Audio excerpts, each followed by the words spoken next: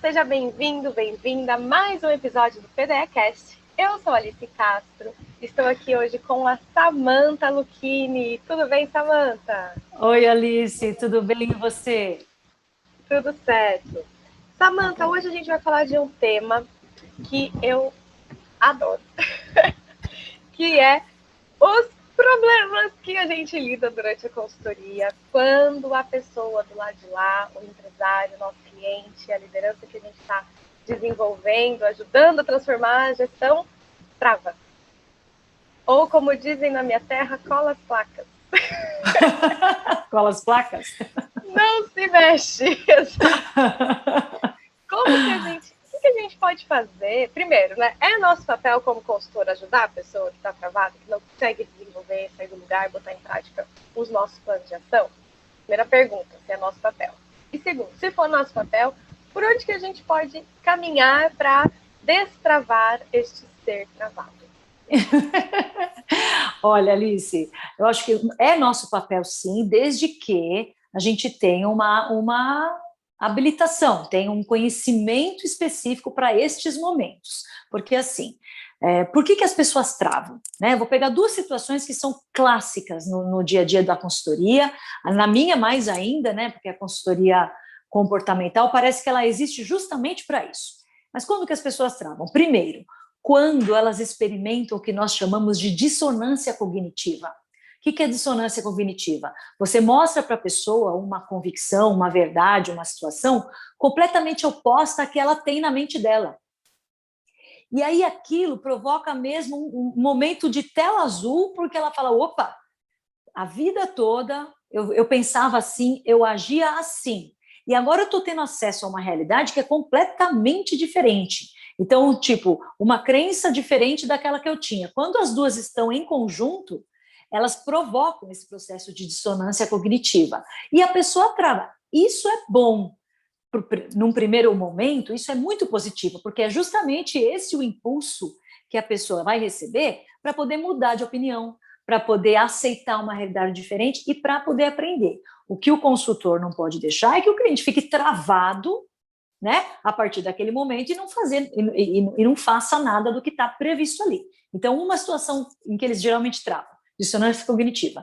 Segunda situação muito frequente que eles travam, Alice, é quando eles encontram uma adversidade maior do que aquilo que ele está acostumado a lidar. Toda vez que cai uma adversidade no colo da gente, seja ela qual for, tá? Ela geralmente impede o acesso às nossas capacidades. Né? Então, você tem lá suas capacidades existentes, suas capacidades requisitadas, as capacidades que você acessa todo santo dia para resolver os problemas gerais da sua vida, para viver. Né?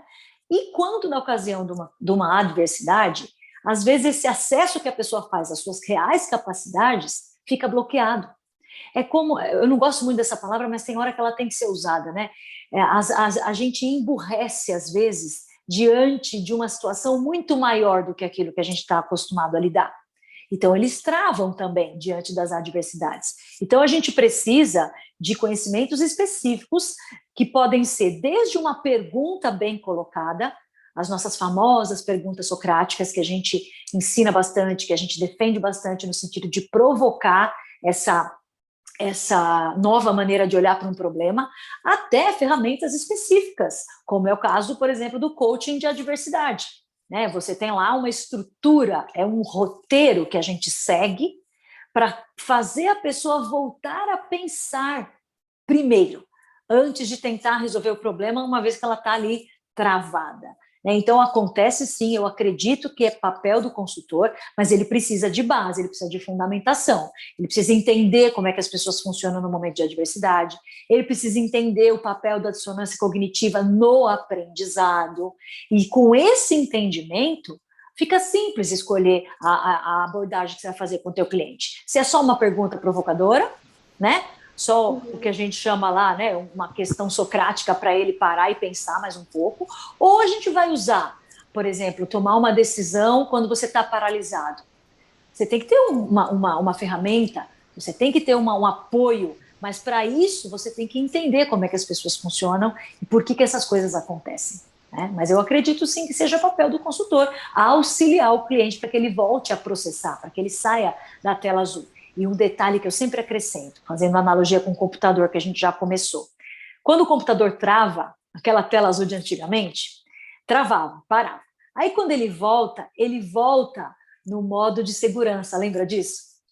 Ele volta, mas ele não volta completo, ele volta no modo de segurança. E quando ele está no modo de segurança, ele não tem 100% do seu rendimento. Ele não funciona com todas as suas potencialidades. As pessoas são iguais. Então, se ela está passando por uma adversidade grande e deu tela azul nela, ela tem que ir voltando, talvez ela volte no modo de segurança, e é aí que o nosso consultor, que a pessoa pode dar um apoio. Está voltando com o meu apoio, com a minha assessoria, com uma ferramenta, para que ela possa ir recuperando a sua potencialidade ali. Adorei a analogia, Samantha, porque eu estava aqui justamente pensando na questão da... Né, a gente, inclusive, gravou um PDE-cast sobre as emoções, né? E esse cuidado também de não acelerar o processo, né? Meter o dedão lá no reset, né? Ou ficar apertando Ctrl+Alt+Del para ver se o negócio... Porque tem o tempo da pessoa, né? Então, eu já vi muitas vezes... no cliente tratar, um consultor se sentir corresponsável pela solução e puxar coisa para ele. Então, deixa que isso eu faço. Ou, vamos fazer um plano de ação imediato e a pessoa ainda está, por exemplo... processando. Isso, está running ali, né? Está processando, rodando. Tá processando. Porque daí a gente vê, por exemplo, de uma dissonância cognitiva, né? Você faz uma pergunta, isso acontece muito quando a gente está num nível de planejamento estratégico, no nível de definição de cultura, em que são perguntas profundas, e às vezes a pessoa não tem a resposta na hora. E tá tudo bem, porque ela talvez nunca tenha se feito pergunta daquela vez, então ela não tá travada porque ela tá inativa, né? É aquele silêncio que é um silêncio produtivo. E, infelizmente... aí é uma avaliação minha, né, sobre a forma com que os diálogos são construídos na sociedade, o silêncio ele é mal visto. Então, se fica um silêncio numa conversa, a pessoa que está fazendo silêncio tem seus motivos, e a que está recebendo o silêncio fica desconfortável. E nós, como consultores, precisamos lidar com isso, o desconforto do silêncio, porque provavelmente, né, se for o caso de dissonância cognitiva, ou a pessoa está recebendo aquilo que você está levando e está processando. Calma, deixa eu ver se encaixa no que eu já sei, deixa eu formular uma pergunta.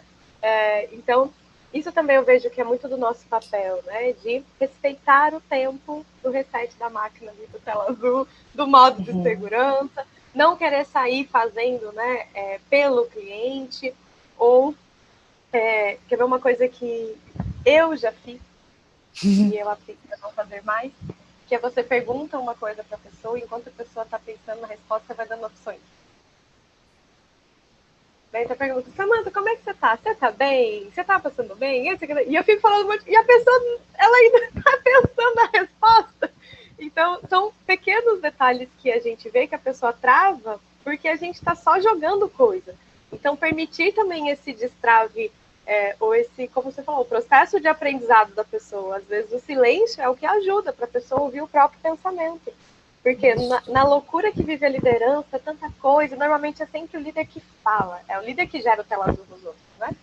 E aí quando ele recebe alguém que o provoca, ou que traz questões, né? Apresenta, por exemplo, uma questão bem técnica, né? Você faz um levantamento e você traz um indicador com um resultado que a liderança não esperava. Achava que aquilo estava indo bem na organização dela. Eu achava que eu estava tendo lucro, e aí a gente fez uma análise e mostrou que não está tendo lucro, está tendo prejuízo. E a pessoa fica digerindo aquilo. E aquele momento é dele. Então, não é hora da gente chegar e falar, bom, mas tem opções, tem isso, tem aquilo. Calma, deixa a pessoa, né, receber aquela situação, até porque quando recebe a situação, é ali que vai aprender a lidar com ela. Então, até na adversidade, às vezes eles chegam para os nossos encontros já com a adversidade estabelecida e a trava já, né, está incomodando e buscam nossa ajuda para destravar. Mas, às vezes, e aí, pelo menos na minha experiência, a maioria das vezes a trava aparece quando a gente vai descobrindo coisas da gestão ou tendo que decidir e estão diante do consultor e aí fica com aquela... Porque são provocações que muitas vezes a pessoa não tem de fora para dentro sozinha, né? Então, respeitar também esse tempo, né, do reset e o silêncio, né? O silêncio que pode ser constrangedor, mas muitas vezes é um silêncio que constrói, né? Um silêncio que a pessoa está ali construindo um raciocínio, está criando novas conexões, né? Porque se deu uma dissonância, ela precisa achar a sonância, né? Tem que achar de novo o negócio. Exatamente, Alice. E isso é individual, cada pessoa tem seu tempo. Esse silêncio é sinônimo direto de reflexão, não é? É sinônimo direto de comparação. Por exemplo, você trouxe um dado agora interessante. Ela achava que ela estava tendo lucro porque ela via lá o indicador lucro taxado ali. Só que quando ela foi explorar e ela percebeu que aquele lucro não é real, era mais um número que estava na planilha. Então, opa, aquilo ali é totalmente diferente do que eu estava acreditando, eu estou refletindo sobre aquilo, eu preciso pensar sobre aquilo, eu preciso tomar decisões. Você já reparou como as pessoas também travam diante de decisões importantes? Porque justamente falta conhecimento, ou falta condução, ou falta exploração dos dados, elas travam também. Então você tem que ter alguém ali que saiba atuar nessa situação de maneira a não invalidar o silêncio desse cliente, para que ele tenha o tempo dele de processar as informações, de entender, de refletir, e na sequência dar um passo mais seguro, né? Tomar uma decisão mais qualificada. Né? Então, eu falo, se eles soubessem sozinhos, eles não precisariam da gente. Né? Se eles tivessem todo esse repertório, eles não precisariam da gente. E o que a gente vê é justamente o contrário. É justamente nessas situações em que eles mais precisam de alguém que saiba a forma de ajudá-los, né? É como se nós fôssemos o modo de segurança. Exato. A pessoa não volta direto, ela volta com um suporte ali, meio que filtrando, calma, vamos fazer um plano para isso. Agora que você lidou com a notícia, vamos construir essa solução em conjunto. Né? Isso mesmo. Isso mesmo, e às vezes ele precisa de um tempo para ele entender tudo o que estava acontecendo ali. E se a gente insiste em manter o ritmo, às vezes a pessoa até vem com a gente, mas em uma hora ou outra, mais cedo ou mais tarde, vai aparecer um buraquinho, vai aparecer uma lacuna, um pedaço ficou sem preencher, uma decisão que ficou sem sentido. Então eu falo, pera, já que é para seguir, vamos seguir da melhor forma, né? Claro. E também, se a pessoa avança sem aprender o que aquela situação trouxe, né, esse aprendizado vai necessitar ser absorvido em outro momento, né? Então, às vezes a pessoa faz e ali o consultor fica afobado, né? Porque, ai, tadinho, tá travado, vou fazer por ele. Aí decide pelo cliente e o cliente vai cumprir a decisão, resolve. Daqui a um pouco acontece algo semelhante, que desperta a mesma necessidade de decisão e aquela liderança não aprendeu a fazer. Sim. Porque teve uma babá naquele momento ali, que foi o consultor. Então, isso permitir que seja no ritmo deles tem a ver também com o ritmo do desenvolvimento daquela liderança. Né? Então, saber se segurar como consultor também, né? Permitir o tempo da pessoa e não atropelar, não fazer por eles, né? Então, quando eu digo fazer, não é só a parte operacional de muitos processos de consultoria, mas é o tomar a decisão. O cliente fala, o que eu faço? Vou para a direita ou vou para a esquerda? Você não pode chegar a pessoa, vai para a direita, que é o melhor caminho. Tá, mas ela precisa considerar, porque direita e esquerda ela vai ter a cada esquina da vida. Então, a gente tem que ensinar eles a tomar a própria decisão, né? Eu falo, é um desafio. Eu falo, Alice, que é uma brincadeira, uma analogia, mas a gente não pode tentar ser o lobo frontal do nosso cliente. O lobo frontal é aqui, né, onde ele toma a decisão. Não ocupa esse lugar, o lobo frontal dele é dele. As decisões que ele vai tomar são tomadas por ele. Nós podemos ser um guia, um direcionamento, um fator de provocação para que ele tome essa decisão da melhor maneira, mas é dele. Então esse é um ponto, não seja o lobo frontal do seu cliente.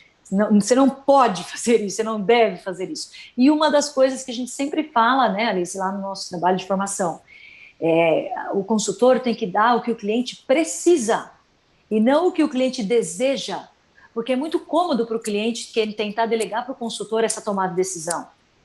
É isso que ele deseja. Mas o consultor tem que ter o discernimento de oferecer o que o cliente precisa naquele momento, para ele aprender, para ele crescer como pessoa e para o negócio dele prosperar também. Então, se eu fico tomando decisões com o meu cliente no agora, ele vai fazer como ali na frente, quando ele se deparar com outra decisão importante e eu não esteja por perto. Ele precisa aprender. Então, oferecer o que a pessoa precisa é importante. Com certeza. Samantha, muito obrigada. Sempre bom falar contigo. Até vou deixar um recado aqui, gente. A gente estamos no YouTube, no Spotify, no SoundCloud, com os nossos TDEcasts, com Samantha Lucchini, com Marcelo Basso, gente falando sobre vários temas da consultoria. E já deixar o convite também para a nossa Semana do Consultor Lucrativo, que vai acontecer de 22 a 26 de março, em que nós vamos falar sobre o método que leva os consultores comuns a alavancarem a carreira, a terem sucesso, faturarem bem. Então, fica o convite aqui, para você, Samantha, e para todos que estão nos assistindo e nos ouvindo. Obrigada, até a próxima, tá? Obrigada, um beijo, Alice, até a próxima.